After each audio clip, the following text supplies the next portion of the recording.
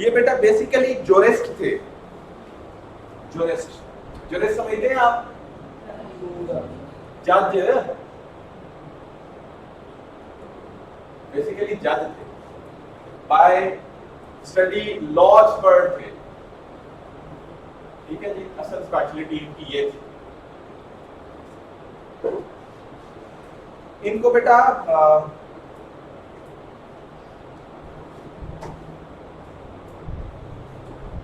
Chief justice بھی بنا دیا گیا تھا کسی دور میں.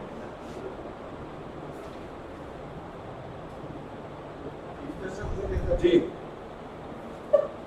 چیف جسٹس کو وہ کہتے تھے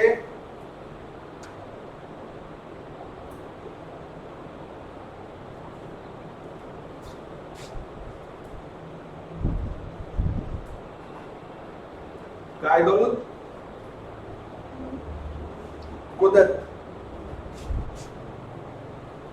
QUDUT, جس کو یعنی آپ چیف جورسٹ کہہ سکتے ہیں, چیف جسٹس کہہ سکتے ہیں, چیف جج کہہ سکتے ہیں. جو اس ٹائم کا جو جوڈیشری کا سیٹ اپ چل رہا تھا اس کا ہیڈ بھی بنا دیا گیا تھا ان کو, ان کی ان ڈیپتھ جو لیگل نالج تھا اس کی وجہ سے. اچھا, ان کے بارے میں بیٹا آبجیکٹیو میں اکثر کوسچن آتا ہے. الماوردی کا ان کی زندگی میں, ان کے ایرا میں, ان کے جیتے ہوئے ان کے ٹائمز میں کوئی بھی کام پبلش نہیں ہوا.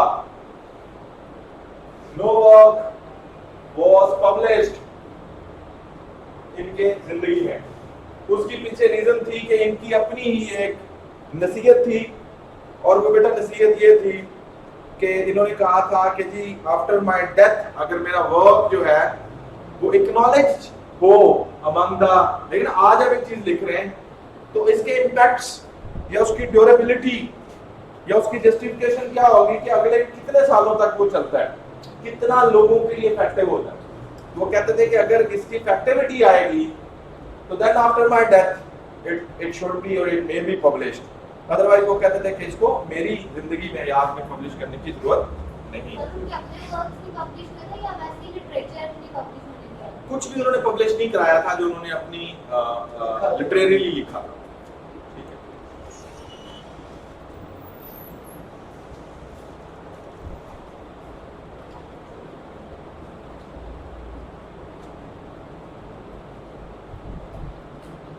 اچھا بیٹا یہ جو تھیوری آف امامت ہے یہ انہوں نے ان کا ایک گورنمنٹ آرڈیننس تھا جس کا نام تھا الاحکمس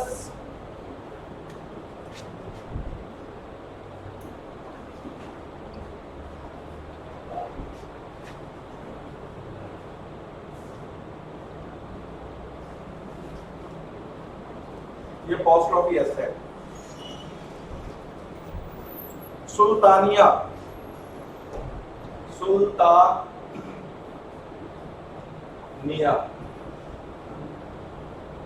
الاحکمہ سلطانیہ ایک آرڈیننس آف گورنمنٹ انہوں نے اپنی بک لکھی تھی. اس کے اندر یہ جو تھیوری آف امامت ہے یہ انہوں نے پیش کی تھی جو ہمارے ایگزام میں فوکس ہو رہی ہے. اب تھیوری آف امامت کیا تھی؟ بیسیکلی یہ وہی تھیوری تھی جو آپ نے مونٹیسکیو کی تھیوری آف پاور پڑھی ہے نا, ڈسٹریبیوشن آف پاور کو لے کر کے. تو چونکہ وہاں اس ٹائم ایک اسلامک فارم آف گورنمنٹ تھی اور یہ ایک اسلامک فلاسفر تھے تو انہوں نے ڈویژن آف پاور بٹوین لکھ لیں, division of power between the caliph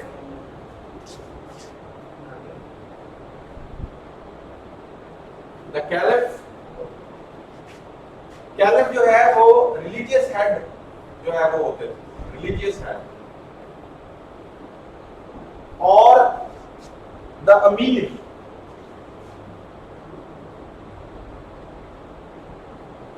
جو ہیں یہ ہیڈ آف سیکولر ایڈمنسٹریشن ہوتے تھے.